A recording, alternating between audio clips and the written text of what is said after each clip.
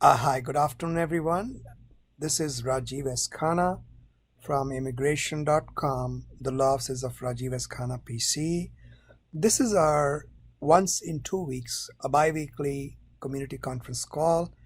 We try to answer your questions to the best of our ability. Information is being provided as is, and there is no attorney-client relationship established. That said, let me just make sure you guys can hear me okay. All right. The conference is now in conversation mode. Can everyone hear me okay, guys? Yes. Okay. Yes, please. Excellent. Thank you. Thank you so much. The conference is now in presentation mode. Well, the good news is that we have a little bit of a lighter schedule today because our team miscounted the questions. So I have usually they can go up to 18 questions. Today I have about 15. So that's good. We might have a little bit of extra time. That said, let me begin with the questions right away. I'm going to go into the frequently asked questions first. The first frequently asked question is from Sarah. It's question number 2. H-1B portability without a visa stamp. She came on an H-4. That's the stamping she's got. Got the H-1B picked up in the lottery 2 years back and did a change of status to H-1. Now, can I transfer? And the answer is of course. Of course you can transfer. Okay. So you have an H-1B approval, change of status approval. There is no requirement that in order to change employers or to extend H-1 or amend H-1, you must have a visa stamp of H-1. That is not required. So my question here is, can I join the new company using the H-1B transfer approval? Yes. For H-1B portability, it is not required that you must have an H-1B visa stamp. You do not need to do that. Okay. So I'll summarize this into a 1 or 1.5 liner. When you have an H-4 visa stamp, we don't really care. It's not important for this purpose. You came to the United States, you got selected in the lottery, you got your H-1B, you got your change of status. If you change employers, you can start working as soon as your change of employer paperwork is delivered to the USCIS. Okay? You do not need any H-1B visa stamp for that purpose. Press 5* if you have a question on this. 5* on your telephone. Okay. So this one is from area code 224. I don't know where that is from. Where are you calling from, 224? Hi, I'm calling from Chicago. Yes, ma'am. Somebody has to live there, I guess. Go ahead. Yeah. So my question here is, you did say the change of status approval as and when it's approved, it's automatically. I'm on that status. So I have a question. So if the change of status, let's say from H4 to H1 got approved on Friday, so automatically I'm on H1 status on Friday itself, or do I have a grace period of like few days before I decide or I move to that employer? There is no grace period. The moment your change of status is approved, that day you are on H-1B status. Okay, perfect. Thank you, sir. You're welcome. Good luck. Okay, let's move on to the next frequently asked question. This is about, Shiv wanted to know, this is question number 4, unemployment benefits while on B2. And I reviewed the rules when they first came out. And if I remember correctly, and I think I have a posting of this on my LinkedIn page also. So if you look for me on LinkedIn, if you go to immigration.com, all our social media is on the top right. I'm pretty active on Facebook, Twitter, LinkedIn. Not so much on Google Plus anymore, but I have an article there about what is allowed and what is not allowed. And Shiv, as I remember, the extended unemployment benefits were for all US workers. They were not just for green card holders or US citizens. As far as I know, and you can confirm that fairly easily, as far as I know, this should not be a problem. Okay? *5, if you have a follow-up question for me, *5.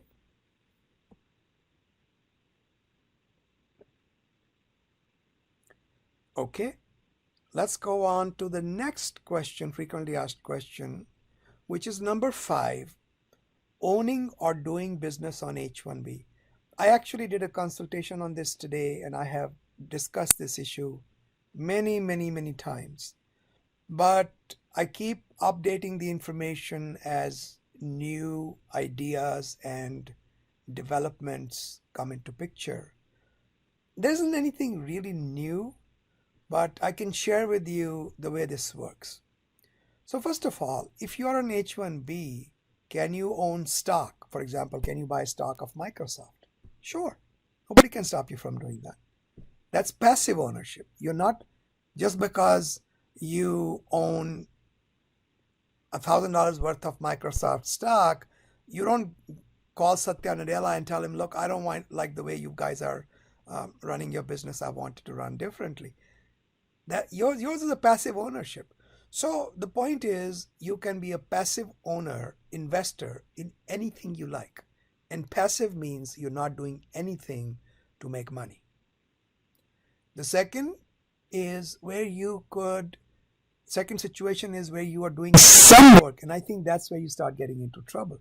For example, if you're hiring or firing staff, I think that's unauthorized employment. So if you are just a totally passive owner, that's okay. The third situation is, what if I want to do an H-1B for my own company?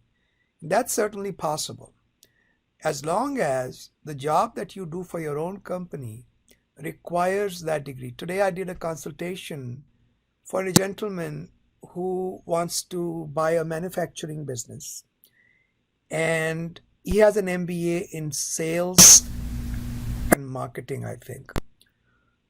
First of all, an MBA is not considered to be a degree that is necessarily available for doing an H-1B. So that could be a problem. But let's say you had a situation where you were doing business development for your own company, and that was your job. You could potentially have a concurrent H-1B for your own company. Can you have an employer-employee relationship with a company that you own majority? Maybe that's something that needs to be explored. So the answer is, theoretically at least, this is done all the time. Well, practically it's done all the time, and theoretically it's also possible. So the question that I'm being asked is there any legal issue if I do this? Start an LLC in partnership with a US citizen. I would be 90% stockholder, other person would be 10%. Partner would run the company and do all the work. I don't see any problem with that. Scenario 2, I'm 100% stockholder, employer green card holder as a manager. I would be a passive owner, and manager will do. I think that's okay, but a little bit more complicated, because is hiring somebody not working? Isn't that work? Can this be more than just is there more active involvement? I think so. In the first case, you were not doing any hiring, firing, etc. You were just buying stock in a company or buying a principalship in an LLC. Your 10% partner was doing everything else. 10% member, they call them. Okay. Is there any restriction around how much salary I should pay the manager? No, there isn't. Can I pay them in stock? Absolutely. Yes. As long as they are not on H-1B or any one of these non-immigrant visas, there is no requirement that you have to pay them anything beyond the minimum wage. And there could be exceptions for that when you have equity ownership. And that's really an area of labor law. But under immigration law, there is no issue with that. So you do need to check with the people who do labor law about giving somebody equity instead of minimum wage. Any follow-up question on this? Press *5, please. Any follow-up question? Press *5. Okay, this is from area code 610. 610, where are you calling from? Hello, can you hear me, sir? Yes, sir. Where are you calling from? Yeah, I'm calling from Texas. Yes, sir. Texas. Go ahead. So I think you said scenario number two has could have potentially have problems because essentially if you own 100% of the company and then you employ and then you have like a manager to run your company, then that could be like you kind of hired that manager, so that's why it would Exactly, be exactly. And okay. also remember, if you hired a manager, they are running, but you still might be involved in day-to-day decision making. But if you have a partner who's an active partner or an active member, like in the first scenario, I think um, your situation is a little better from immigration law perspective. Okay. Okay. So Okay. the company in scenario one, going back to scenario one, the company can be started by me, like on the H-1B holder, and the other person can be like a 10% stock, like That's stockholder in not a the company. No problem. problem. Yeah, stock ownership, the quantity of stock ownership is not the determinant here. What is determinant is what are you doing for the company. So if your partner is doing all the active work and you're just having an annual stockholders meeting and taking home big checks, that's okay. There's nothing wrong with that. Okay. Okay. No, I was worried about the ITIN because I think when you open a LLC, you got to do the ITIN and everything for like for the tax ID, right, for the company. So that can be No, I the think that's H-1B okay. holder. I think we can live with that That's okay. because technically opening a company is not doing work. To incorporate a company, to Right. sign up the paperwork, I don't think that's work. But the moment the company starts Okay. doing business, I think it becomes work. Okay. Now, Got it. Got it. yeah, So you can own, you can have. there are no bright line rules. There's nothing here. I can't draw a line on the sand and say, well, on the left of this is unauthorized employment, on the right, legal work. It really is a matter of grades and gradations. And USCIS has never spoken on this issue. I am speaking from my general knowledge as well as the law, as well as knowledge of the law as it applies to these areas. Okay. Okay. Got it. So you think scenario one is safer to do? I think so. Yes, sir. I think Okay. so. Thank you, sir. Okay. Good luck. Thank you. Next frequently asked question is an unstamped H-1B quota exemption. I have an H-1B from my previous employer that was valid 2016-2017. I did not get the visa stamped and it was complete. It has complete 6 years unused on it. Puneet, I think you're exempt from the cap because once you are approved, but did you get a visa stamp? But did you get a change of status? That's the important thing. Okay, so Puneet, are you on the phone? If you are here, press *5. I have a question for you. Puneet, are you here? Okay, apparently not. So this is another area of the law that's quite messed up. Government says you are not exempt from the quota until you get change of status or a visa stamping done. Whether you work or not work is irrelevant. But you must have gotten, after the H-1B approval, either a change of status or a visa stamp. In my view, that position is illegal. In fact, our firm has pushed back on that and we have received approvals for quota exemption for cases like these. So the government may be pushable on this issue, but they do maintain that if you have not received a change of status, for example, from F1 to H1, or an H-1B visa stamp, if you're outside the USA, you are still subject to the quota. I think they are legally wrong. So the bottom line, what should you do? Try. Go ahead and give it a shot. I don't think the government is in a legally defensible position. *5 if you have a follow-up question on this. *5. Okay. Let's go on. We have a lot of frequently asked questions today. Change of status on an H-1B approved for consular processing. This is number 7. I'm currently working on H4EAD in USA.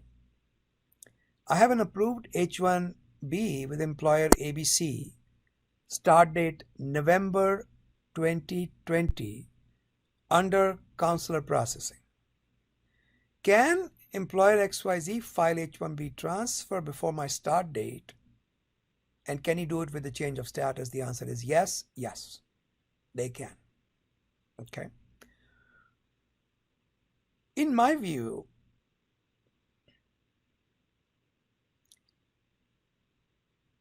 you can have a split in a case approval. In your case, employer number one got you your H-1B approval, but not your change of status. Employer number two can do an H-1B amendment or a transfer, it's actually a transfer, and at that time also simultaneously ask for a change of status. I can't think of anything wrong with that. Do discuss it with your lawyers when you go in. I think they'll give you the same answer as I did. Star 5 if you have a follow-up question on this. Star 5. Okay, this one is from area code 845. 845, where are you calling from? I'm calling from New York, Rajiv. Thanks for answering my call. Yes, sir. Go ahead. So, you said that there won't be any issue, right? But the other employer, the XYZ employer, the new employer, he has to file this H-1B transfer with the change of status after November 16th, or he can do before also? They can do it now. I don't see any reason why not. Okay. Okay. So once he got that approval, then I can start immediately working, right? Well, I have an issue there that I'm not sure about. I'll tell you what my issue is. So, because they kind of screwed up the entire process of how to work H-1B approvals. Previously, after October 1st, on or after October 1st, things were quite clear. You were not subject to the quota, you are taken care of. But now, with the current filing system, your approval begins after the quota kicks in. So your approval begins in November instead of October 1st. Can you start working as soon as the change of status is filed? No, I don't think so. Okay. Can Okay. you... So I had to... Go ahead. Sorry. Can you start working upon approval? And the answer is yes, and they might give you an approval before November. Okay. Because... But still it would be better if I... Go ahead. Sorry. But still it would be better if you are suggesting that it would be better if I join after November 16th, right? What I want you to do is, I want you to file premium processing with a change of status, asking for status right now. Okay. I think they'll give it to you. Okay. And one last question, Rajivji. So let's say if I stick with the same ABC employer, right? After November 16th, if we want to go with the amendment for the change of status, with the receipt notice, can I start work immediately? I don't think so. Because the requirement is under H-1B portability rules, you can start working only if you've been maintaining H-1B status, and you have not been. So you are on H-4EAD. Therefore, you cannot start working upon receipt. You cannot. Okay. I have to got the approval first, and then I can start working. Yes, sir. Okay. Okay. Thanks, Rajiv. Oh, Thanks for answering my question. You're welcome. Good luck. Okay, let's go on to the next frequently asked question. Here's another one. Oh, by the way, guys, somebody had posted about political asylum. There's a one question in there. I don't know anything about political asylum, sorry. So I won't be able to answer that question. I apologize. Papani04, this is question number 14. Changing status during a pending application. Yeah, this is a complicated one. I'm going to take a couple of minutes on this.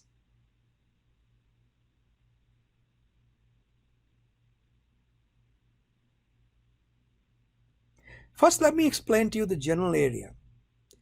So there are many levels of legal stay. Okay. The lowest one, or the one with the fewest rights, is the legal status during which your previous status has expired and your request for extension or change of status is still pending. So let's say I'm on F1 and my F1 expired yesterday, but my H-1B application is pending. I'm authorized to stay in the United States. Okay, that period is called authorized stay, but it's not status. Government says when you are in authorized period of stay, we will not convert you to another status. So in this example, H-1B extension is filed. My old H-1 expires and I file for a change of status to F1. Government says we won't give you F1 until your H1 is approved because your old status has expired and you are in authorized period of stay. You are not in full status. By the way, I had a lawsuit against the government. We filed a lawsuit a month or a month and a half ago where they tried to do this for a consecutive H-1B situation.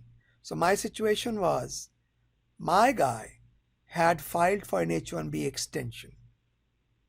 Old one expired, old H-1B expired, but he was still legally authorized to work in the United States because he had filed an extension. While the extension was pending, he applied for a transfer over to a new employer. They gave me my H-1, but they said, we're not going to give you status because you are in authorized period of stay. Your old status has expired. And I said, that's nonsense. There is no such law. You are making stuff up as you go along. Let's have a judge look at this. I think you're wrong. The government agreed with me. They approved my case. So the point is that some of their assumptions should definitely be challenged in court. But there is an assumption. If old status has expired and you have an application pending, you are just in authorized period of stay.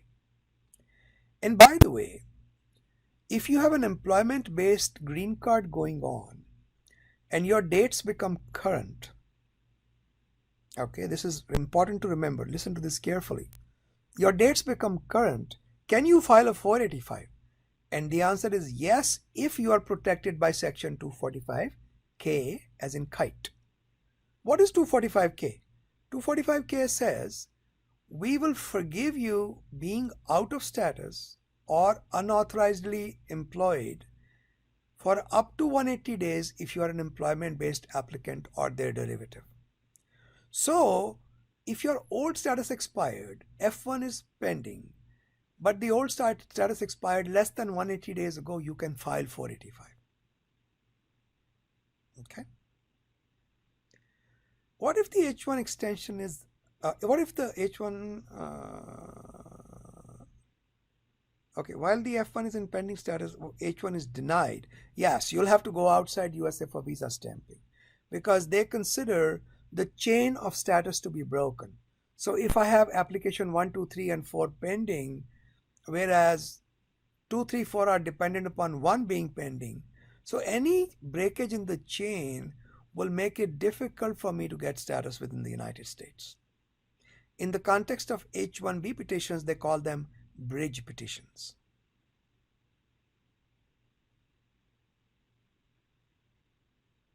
While I'm on F1, if my priority date becomes current, I just answered that. If I got any H1, F1 visa issues, then if I go to India in the future, my priority date is current, can I apply in consular process? Well, yes, you can convert your case to consular processing, but you have to file a separate form for that request. If your I-140 was filed as adjustment of status, then you have to file a form I-824, I think, which requests the government to convert your file to consular processing. But if you have the same job open, definitely, while in India, it can be converted, but it takes a while, like a year, year and a half. It's not going to happen right away. Okay. *5 if you have a follow-up question on this. *5. This is from area code 570. I think that's Pennsylvania.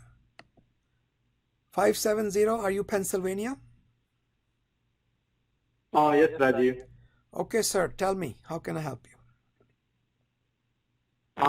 So you said the consular processing, we can file an application, right? So Yes, sir. that application has to be filed by myself or my employer has to do that? You can do it. In case of consular processing? Let me think about this for a moment. Okay. Because I-824 is a personal application, I think you should be able to do it. Even though it is seeking a particular entry change in the I-140, as far as I know, I-824 can be filed by you personally. It doesn't have to be your employer.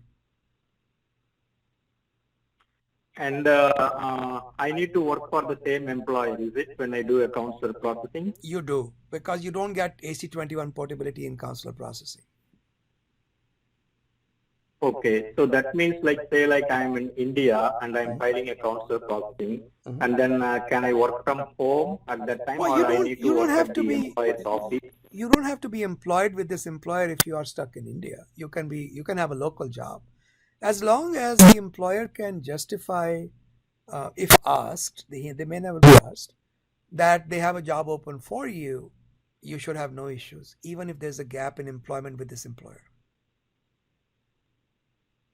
Okay, and still I need to be same IT job, or I can You can't do some change other, jobs. You can't. It can't be same or project. similar. It has to be the same job. Okay, got it. Okay. All right. Thank you, Rajiv. Oh, you're welcome. Good luck.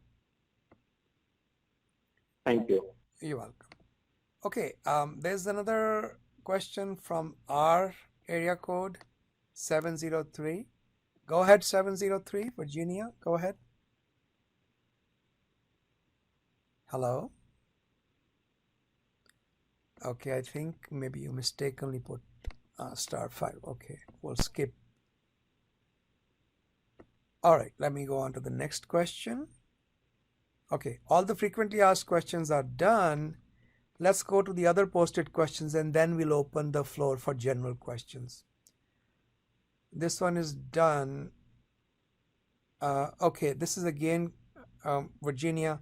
You got to speak up, Virginia. Go ahead, Virginia. Hello, can you hear me, sir, now? Sir, Yes, can you ma'am. hear me now? I can. Yes, I ma'am. was muted before. No Thank you worries. so much, and first time attending this call. Of It's course. regarding immigrant visa, and Okay, it may be a hang clarification on, because you don't know the format.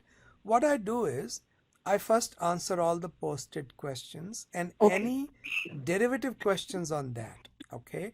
Once I'm done with that, then I open the floor to general questions. Please wait. We'll Thank have you, enough sir. time to answer your I will. question. No worries. So stick on the phone. Okay. Thank you. All right. Okay. So Rizwan says, I'm a Canadian resident, independent IT contractor. US company wants me to work in USA for a couple of months. See, because you're a Canadian permanent resident, not a Canadian citizen, your situation is no better than anybody else's. So really, you need to think about an H-1B, okay? And you need more than just documents at the border. The only exception is if, and this is an example I'll give you, where a B1 visa could be used. Let's say that I am a software development company or a contractor, and I'm writing a software for the American company here. I'm in Canada, India, doesn't matter where I am. But I'm coming to USA to install the software. So the elephant amount of the work has already been done in India or Canada. And I'm just coming to attend to the tail of the elephant, which is just install the software, hand over the document, do the user acceptance testing, maybe train the users, stick around for a couple of months just to make sure everything is working. But I'm not getting paid any salary in USA. My client, my US client, is paying my company, even if I own the company myself, in India or Canada. Now that's a case where a B1, B2 could be used, to work in the US temporarily because bulk of the project has been performed outside US. If that is not your case, then you have to have an H-1B. Okay. Star 5 if you have a follow-up question. See, if you're a Canadian citizen, you would have TN visa options, but you're not. So therefore, you're stuck with the general law just like everybody else's. Okay, there's no follow-up question. Let's go on to the next. Okay, we already answered this. We already answered this. Answered this. This is political asylum. I apologize for that already. For J1 visa. Okay, now I don't remember exactly what the procedure now is. It's been a while since I did it myself. There are people in the firm, my colleagues, who do all the logistical work. I only get called in to attend to the legal issues. So from what I remember, the difference between the old versions of the J1 and the new is we used to have IAP 66s, each one separate for a particular program, and that was the only way to identify you. But since starting the SEVIS and the DS 2019, they have been connecting you through your SEVIS number. So even if you had multiple J1s, I think you are okay with the waiver for one applies to all. But double check it with the US State Department. They're actually pretty good about answering questions. Okay, you may even want to send them a copy of your DS 2019 just to make sure. But that's the best I can do for you. Do for you today on this. Okay. Star 5 if you have a follow-up question on this. Star 5. Okay. So mom's passport has different names, and that's okay. This is just a space being introduced. You should be all right, and you can definitely travel with the new and the old passports together, and that should take care of it. So yes, I think you're fine. In fact, you gave the resolution to your problem yourself. Just carry both passports. You should be fine. Star 5 if you have a follow-up question. Star 5. Okay.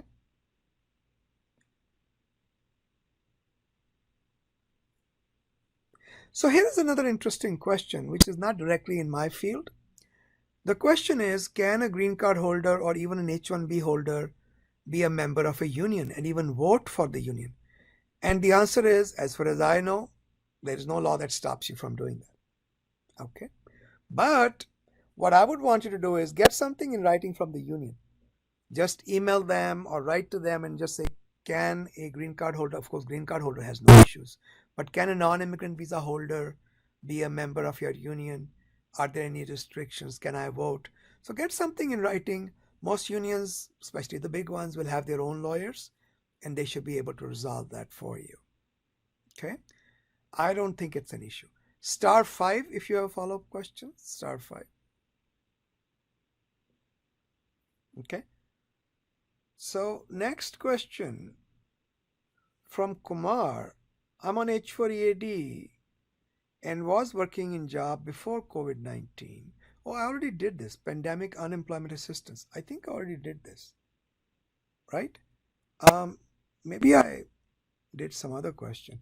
But in any case, from what I remember, the unemployment assistance, which was an extension of your unemployment benefits, was for all US workers. And I said that I have this on my social media somewhere. I think on LinkedIn, I did a complete analysis and I made an infographic of the kind of benefits you could take. And I think pandemic unemployment assistance was okay as far as I know. Okay. Star 5 if you have a follow-up question. Star 5.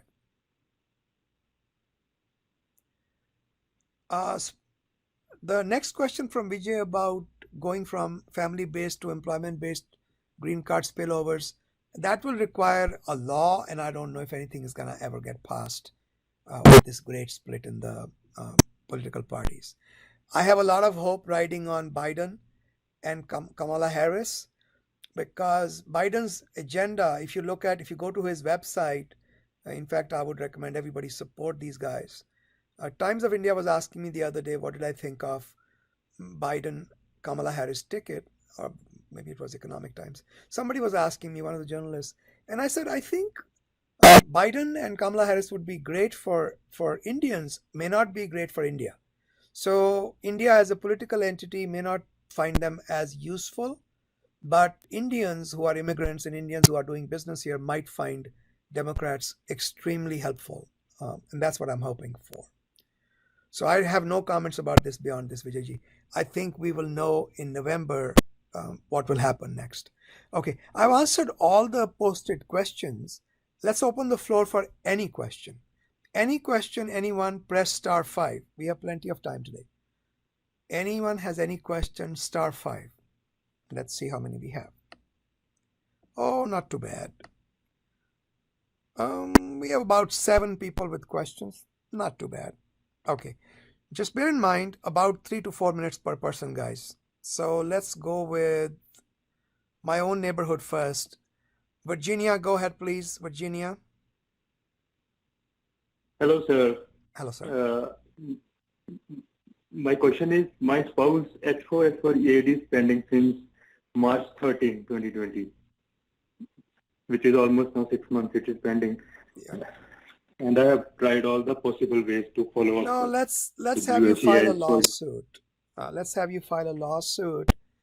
You see, I have been very cautious about filing lawsuits for delays, but there are a couple of things going for you. First of all, you live in Virginia. We have to file your lawsuit in the Eastern District of Virginia in Alexandria. And what that does is, this is probably the fastest court in the country. Okay. The Eastern District of Virginia is called Rocket Docket because they move very, very quickly. Okay. So I personally think you should consider a lawsuit. Sure, sir. Thank you so much. And can I contact your office? Yes, just that? send me an email. My personal email is help@immigration.com. Drop me an email, we'll send it up for you. Okay. Okay? No worries. All right, sir. Thank you so much. You're welcome. Good luck. Thank you. Okay, sir. Let's go on to the next one. Area code 651. Please go ahead, 651. Where are you calling from? Area code 651. Where are you calling from? For some reason, you can't hear me. So we'll skip this one. We'll go to another one from our neighborhood. This is area code 703, Virginia. Virginia, go ahead, please. Thank you, sir. Thank you once again. Yes, I have a question regarding immigrant visa. My mother is 75-year-old, and she was sponsored by me in 2011. Okay. And she's been visiting me for green card for like few months, and mostly like 4 months here, 6 months there. And due to COVID, she's very scared traveling back. She left on October 17th. So I have one question regarding her F1B visa, SB1, which I was looking online. And second question is her visa green card expires next year in 2021 October. Will she has to return this year, or she can wait till next year? I'll give you some things about the COVID-19 situation I can guess. The thing about being in USA to extend your green card, I kind of sort of know. I can't really comment authoritatively without looking at the law, but this is what I do remember, and at least I'll be able to guide you in the direction you should go. First thing, because of the COVID-19 situation, I'm hoping somewhere along the line, the consulates will start making accommodations for people who ended up losing their green card, theoretically at least, because they overstayed than the allowed 1 year period. Okay. So far they haven't done so, but I think they will. And I think this is a fit case for an SB1, also called returning resident permit, where you are susceptible because of age or any kind of unique health situation to infections and you don't want to travel. I think that's perfectly okay. But what bothers me, ma'am, is her history of not living in the US. So if you don't in fact live in the US, your green card can be taken away. Can the daughter apply for it again? Sure. Just make sure you tell no lies, no misrepresentations during any part of the green card reclamation process. Okay, so that's one part of your answers. We are hoping the government will accommodate, and they should. Now, what if my green card has expired? Can I still travel to the United States? And the answer is yes. Because an expired green card does not mean that your immigration has expired. It simply means the proof of immigration has expired. Sometimes to travel, you have to go to the consulate if your green card is expired and get what is called, I think they call it a travel foil. So they give you kind of a letter that the airlines needs to let you board the plane. When you board the plane, you get here, USCIS will let you in. At that point, you will apply for an extension using Form I-90. So you can travel on an expired green card. That's not a problem. The bigger problem is reinstating through the SB1. Okay, does it help? Yes. Okay, excellent. Thank you, sir. You're Thank welcome. you so much. You're Thank welcome. you. Okay, guys, don't call me sir, please. Okay, let's go to Pennsylvania. Pennsylvania 570. Go ahead, please. Hi Rajiv, I have one general question. Yes, sir. So my situation, I completed 6 years of H-1B and have 140 approved. And then using that, I'm getting H-1B extension after that. So I want to know, like, who will be considered in H-1B quota and who will be exempt from H-1B quota? Okay, so 6 years have expired, but you have an I-140 approval? Yes. Okay, so in a situation like yours, you are not subject to the quota. Okay, people who are subject to the quota are those whose H1 approval was more than 6 years ago and they have no way to extend beyond 6 years. So they not only do they lose the right to an H1B, they have to be outside USA for 1 year, and then when they come back, they are on quota again. So that's a narrow exception. Most people have their green cards going. They don't have to worry about the quota again. Okay. So in this case, like if I change my employer and then if they are going to file a new H1, so then I am not subject to H1B Yes, sir. quota. You are not subject to the quota. But I have another concern. Do you recall when was your I-140 approved approximately? Actually, it got approved in 2011 first time. Stop. And then company got it. Stop. If your I-140 stays approved for 180 days, and one of those 180 days happens to be January 17th, 2017, you are very well protected. Even if the old employer revokes your I-140, you still have the priority date and the right to keep extending your H-1B using the old I-140. Okay? So you are pretty safe. And you're not subject to the quota. All right, Rajiv. Good luck. Okay, thank you very much. You're welcome. Thank you. You're very welcome, sir. Area code 214, I think, is Texas, right? 214, where are you calling from? 214? Hello, Rajiv. Good afternoon. I'm calling from Dallas, Texas. Rajiv. Right. Hi, sir. How are you? Good, sir. Thank you. So my question is around, when priority date becomes current, Rajiv. So my situation is like this. I'm with company B on H1 for the last 3 months, and my current H1B is valid until April 2023. Okay. Company B has not filed my perm yet. Okay. That said, I also have an approved I-140 with priority date of July 2010. Okay. And have an approved H1 until December 2022. Okay. My 140 and H1 are still intact with the old employer. They have not been revoked. Got it.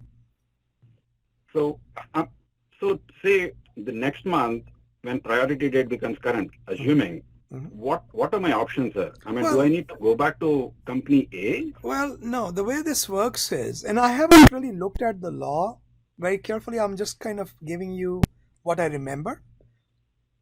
So your concern is, Sir. when the priority dates become current, you cannot get 3-year extensions on your I-140, right? That's your concern.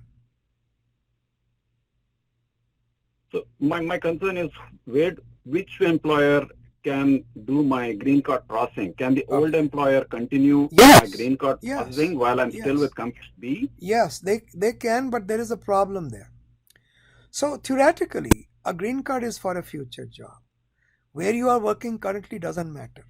But if you have been working with that employer, they processed your green card application, then you left them, a question could arise. If they had a permanent full-time job for you, why did you leave? Okay. So if you have a good explanation for it, and I have always given one example that happened to us about 15 years ago. This issue came up. The gentleman was in Chicago. He went from company X to company Y, and when the time came, even though he was working for company Y, we filed 485 through company X's job offer. The issue came up that, well, if he really had a permanent full-time job, why did he leave? And actually, we had anticipated that question. So I had a discussion with the company, and they had a very genuine reason.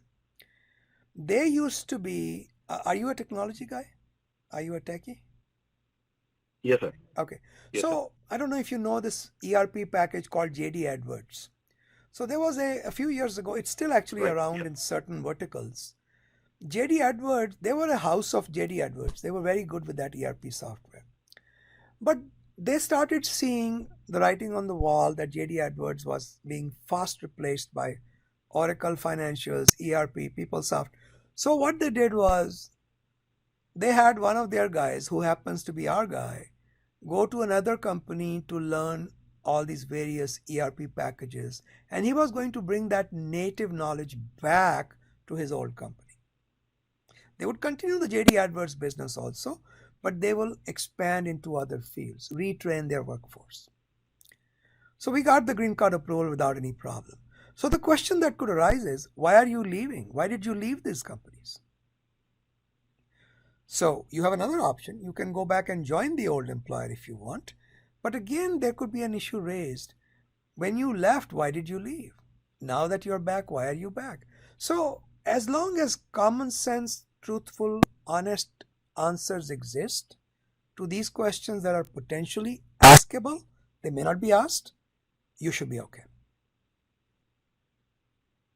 Got it, sir. Thank you. One quick follow-up question, sir. So in the event that I choose to go back to the old employer, how long does the process take, sir? Oh, the green card? The last step of the green card, it depends. No, sir. I mean, no, joining the old employer. I mean, is it quick and easy? What? From company B to come back to company A? You have an EAD or an H-1B? What are you using right now? H-1B, sir. I'm on H-1B. So you can have them start your H-1B application. As soon as the application is received by the USCIS, you can join the old employer. Now that can typically about a week for LCA, another 3 days to prepare the paperwork. Within 10 days, you could join them. Sir, my old H-1 with the old employer is still intact, sir. It's still valid for 2.5 years. They did not revoke it? The reason I'm asking They that did question. not revoke it? No, sir. You can join them. You can join them tomorrow if you want, or today if you want. Great. That's all I wanted to know, sir. Okay. Thank you. Appreciate it. Oh, you're welcome. Okay. And this is area code 224. I think you said that was New York, right? 224, New York, right? Hi, this is Chicago. Oh, Chicago. Sorry, I'm so bad with these numbers. Okay, go ahead. Yeah. Go ahead, ma'am. No problem. So one quick question.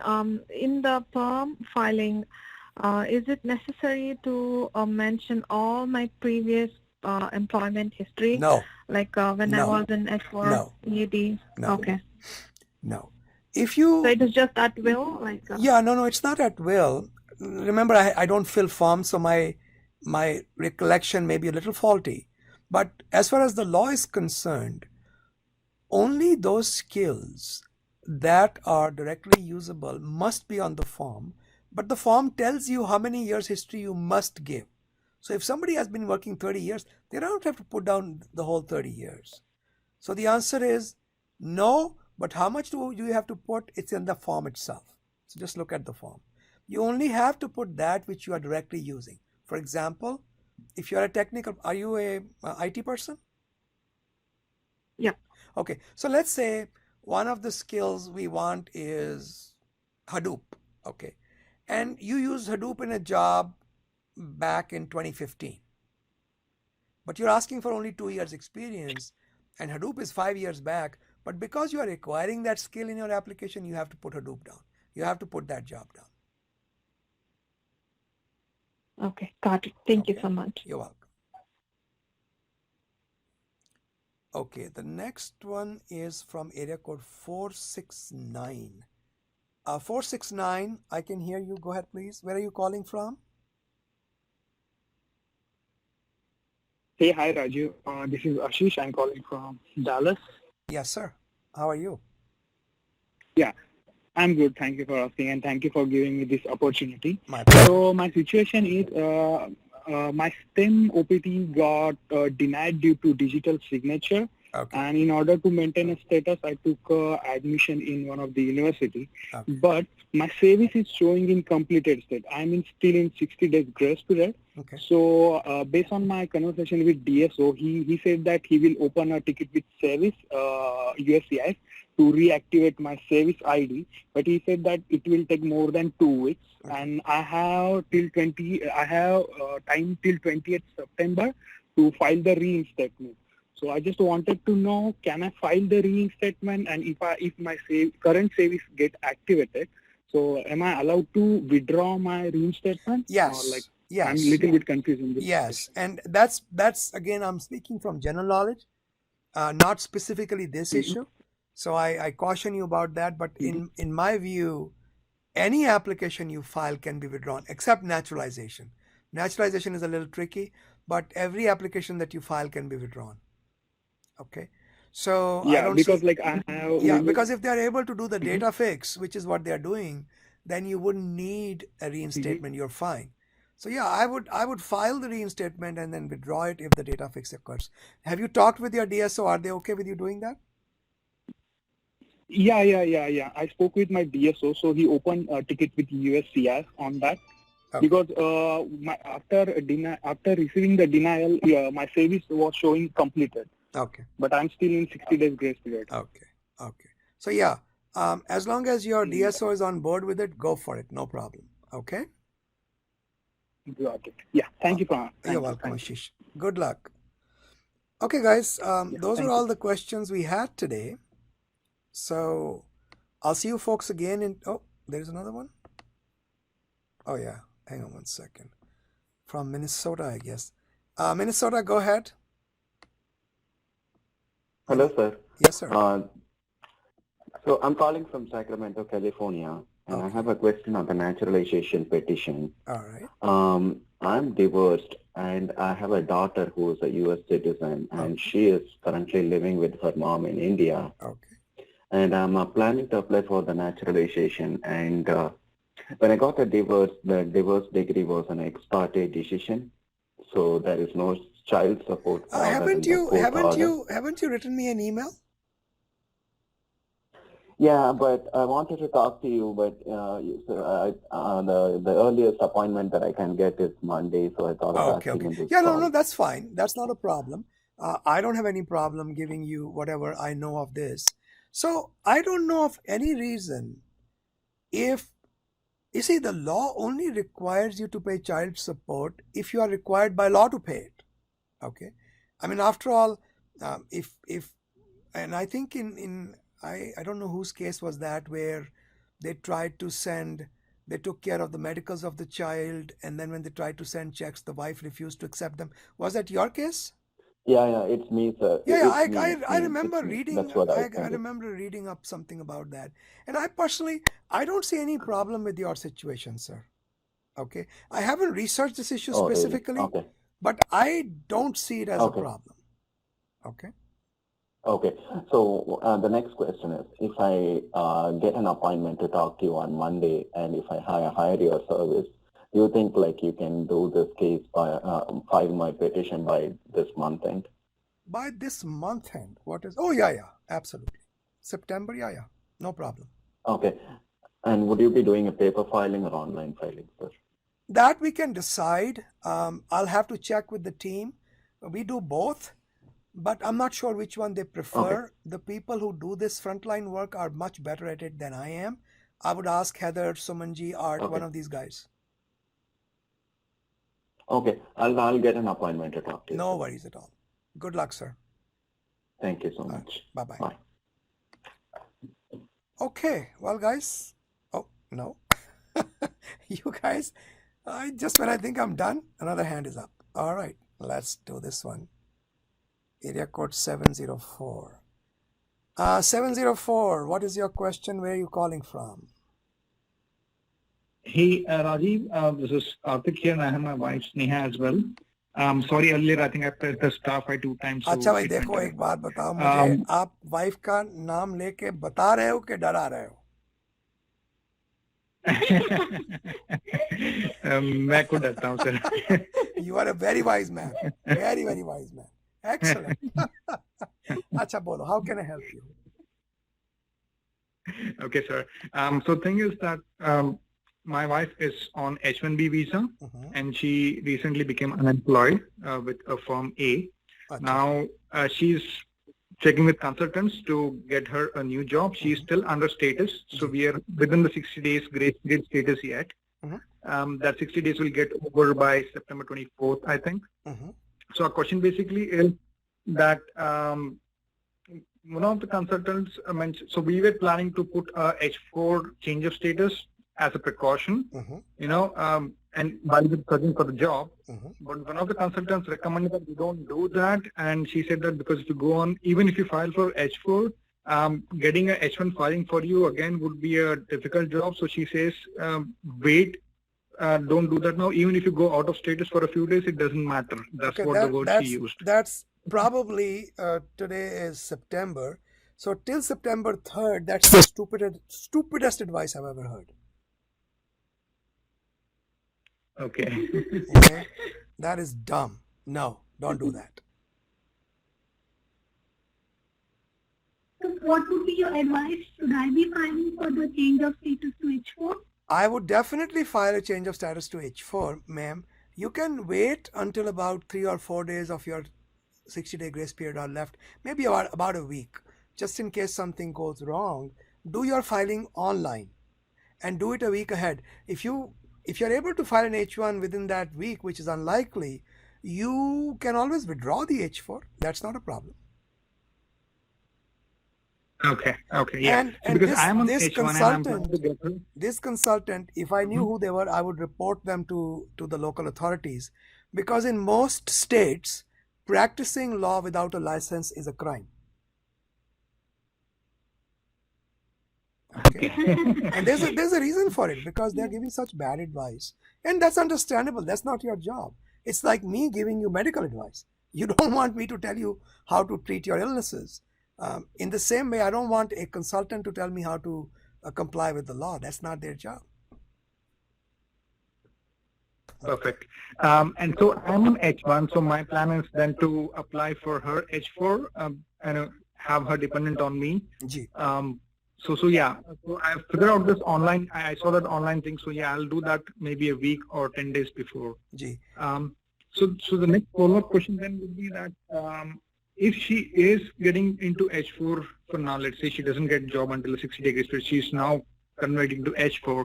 Then later on, if she gets a job, maybe let's say 1 month down the line, so coming back to H1, will that be a problem? I'll do 2 things if I were you. First of all, you don't have a choice. It's not like you've got 10,000 choices. Okay? Yeah. This is the only choice you have, other than going to India, which I don't recommend. Okay. So, I mean, of course, she can go to India or any other country where they are issuing visas and get an H4 visa stamp and come back. That takes care of the problem. Because as I discussed in the beginning of this session today, I talked about being in authorized period of stay and the government saying, if you have an H4 pending, we'll give you the H1, but you have to go get a visa stamping. And I said, no, I'm going to sue you over that. Okay. And so what I would recommend is filing an H4 is an obligation at that point, not an option. You got to do it. Okay. Now, if you find a job and they deny your status, have a budget to just go to court over it. It's well worth it. Okay.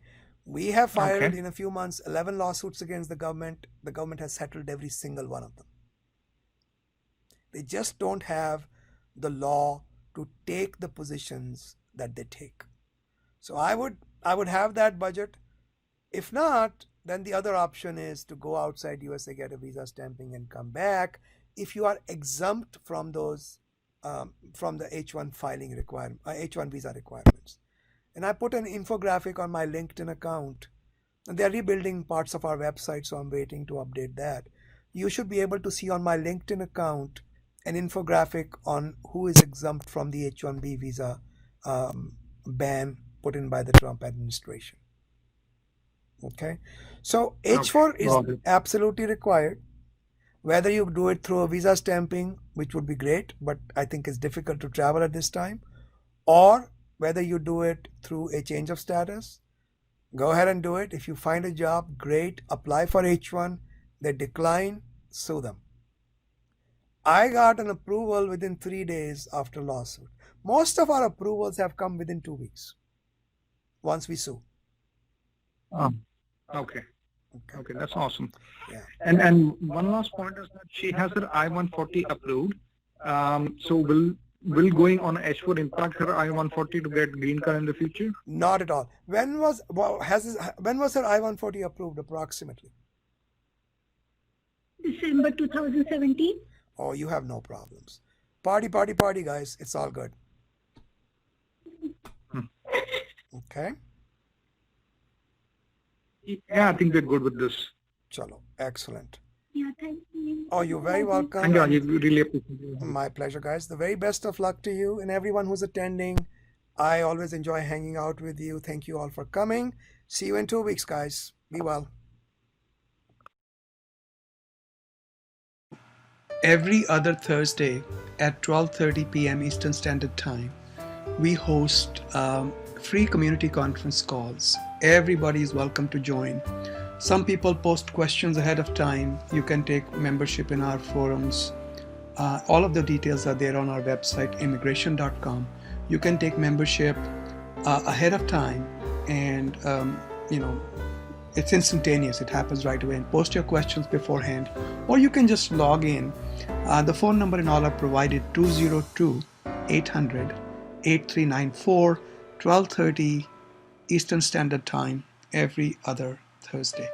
We have free apps for both Apple iOS platform for your iPhones and iPads, as well as for Android. Just look for immigration.com, the period dot, and the application should show up.